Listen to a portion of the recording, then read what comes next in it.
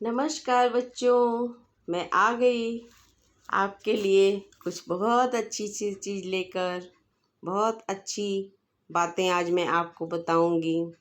बच्चों, आज मैं बहुत ही ज्ञानवर्धक अच्छी सी कहानी सुनाने जा रही हूँ। बच्चों, मुझे पता है कि आपको कहानी सुनना बहुत ही पसंद है, आपको अच्छा लगता है और खूब आनंद आता है, क्योंकि आप हमेशा मुझसे कहते रहते हैं कि मैम कोई कहानी सुनाइए, कोई कहानी सुनाइए। तो आपकी फरमाइश आज मैं पूरी करने जा रही हूँ और मेरी कहानी का नाम है बुद्धि परीक्षा। तो देखिए बच्चों, आज मैं आपको एक कहानी सुनाती हूँ। पाठ 8 है बुद्धि परीक्षा।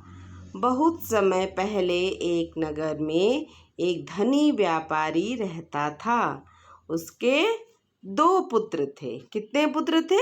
2 पुत्र थे। व्यापारी अपने धन को दोनों पुत्रों में बराबर न बांटकर अपने किसी एक बुद्धिमान पुत्र को देना चाहता था। बात समझे तुम लोग? वो अपने धन को मतलब किसी समझदार लड़के को देना चाहता था ताकि उसके धन का सही उपयोग हो सके, परंतु वह यह नहीं जानता था कि दोनों में से अधिक बुद्धिमान कौन है। इसलिए उसने उन दोनों की बुद्धि परीक्षा लेने के लिए एक योजना बनाई।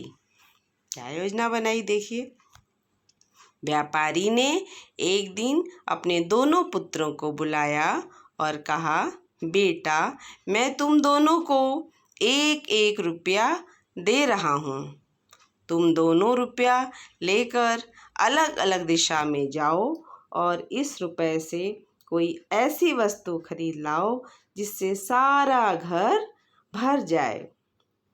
और हाँ, इस कार्य में अधिक वक्त मत लगाना, जल्दी से जल्दी वापस लौट आना। दोनों लड़कों ने रुपए लिए और अलग अलग चले गए। बड़ा लड़का घर से निकलकर सीधे बाजार गया, लेकिन उसे वहाँ पर कोई ऐसी वस्तु दिखाई नहीं दी जिससे पूरा घर भर सके। उसने पूरा बाजार छान मारा मतलब पूरे बाजार में घूमता रहा, सोचता रहा कि क्या चीज़ हम लें जिससे पूरा घर भर जाए, परंतु निराशा ही उसके हाथ लगी। अंत में निराश होकर वह अपने घर की ओर चल दिया। रास्ते में उसे भूसे से भरी हुई एक बैलगाड़ी दिखाई दी। उसे देखकर वह सोचने लगा, 1 रुपए में तो भूसे से भरी पूरी बैलगाड़ी आ जाएगी और पिताजी के आदेशानुसार भूसे की इतनी अधिक मात्रा से शायद पूरा घर भी भर जाए। समझ आया बच्चों?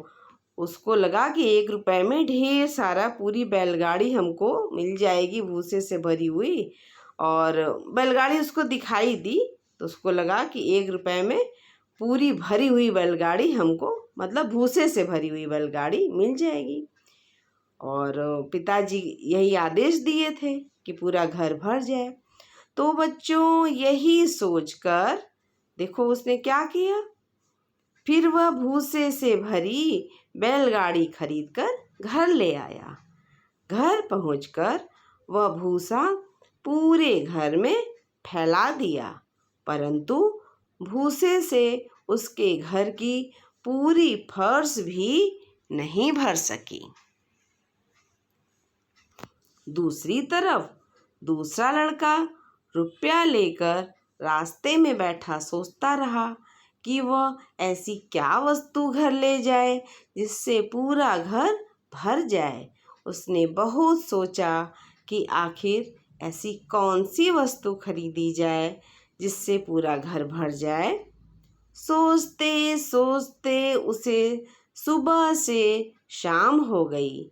अचानक उसका चेहरा खुशी से चमक उठा, यानी उसके दिमाग में कोई बहुत ही सटीक एक विचार आया कि हाँ, अगर हम ऐसा करें तो पिताजी की बात भी रह जाएगी, पूरा घर भर जाएगा। अब देखो उसके दिमाग में कौन सी बात आई। वह सीधे बाजार गया और उसने उस 1 रुपए से कुछ मोमबत्तियाँ खरीदी। मोमबत्तियाँ लेकर वह सीधे घर गया। फिर वहाँ पहुँचकर उसने पूरे घर में मोमबत्तियाँ जला दी। अब क्या हुआ बच्चों, आप बताइए। जब मोमबत्ती जला दी है तो क्या हुआ होगा? पूरे घर में रोशनी रोशनी भर गई चारों तरफ। अब देखिए, फलस्वरूप पूरा घर प्रकाश से भर गया। हमने कल आपको बताया था ना, प्रकाश का पर्यायवाची रोशनी भी होती है। बहुत सारा हमने कुछ बताया था, उजाला भी होता है। तो वही इसमें लिखा है कि फलस्वरूप पूरा घर प्रकाश से भर गया। व्यापारी को जब पता चला कि उसके दोनों पुत्र वापस लौट आए हैं तो वह पहले बड़े बेटे के पास गया। उसने देखा कि उसका बड़ा बेटा भूसा लेकर आया है, जिससे पूरा घर भी नहीं भर पाया। फिर वह दूसरे बेटे के पास गया और देखा कि उसने अपनी बुद्धि का प्रयोग करते हुए पूरे घर को प्रकाश से भर दिया है। अपने दूसरे बेटे की बुद्धिमानी देखकर वह बहुत प्रसन्न हुआ और उसने अपनी पूरी संपत्ति उसी को दे दी। बड़े बेटे को 1 फूटी कौड़ी भी नहीं मिली। समझ में आया बच्चों? कहानी अच्छी लगी? हाँ, तो जो वो व्यापारी था उसको अपने व्यापार को बढ़ाना था, अपने धन को बढ़ाना था, तो वो अपने पैसे को एक सुयोग्य पुत्र को देना चाहता था ताकि उसके पैसे का सही उपयोग हो सके। इसलिए उसने बुद्धि परीक्षण किया और जो छोटा बेटा मोमबत्ती लेकर आया था, जिसकी रोशनी से पूरा घर भर गया, उसको समझ में आया कि ये हमारा लड़का समझदार है और उसने अपनी पूरी संपत्ति उस अपने छोटे बेटे को दे दी। तो बच्चों, ये बताओ, इस कहानी से तुम्हें क्या सीख मिली है? यही कि भगवान ने हमें बुद्धि दी है, जिसका हमें एकदम सही उपयोग करना चाहिए, क्योंकि ये बुद्धि हर जगह हमको आगे ले जाती है। तो हमारी बुद्धि अगर अच्छी होगी तो हम जीवन में हर क्षेत्र में आगे बढ़ते जाएंगे। तो बच्चों, हम उम्मीद करते हैं आपको मेरी कहानी बहुत पसंद आई होगी। इसी प्रकार हम आपके लिए कुछ न कुछ नया हर रोज़ वीडियो में लेकर आते रहेंगे, ये मेरा वादा है।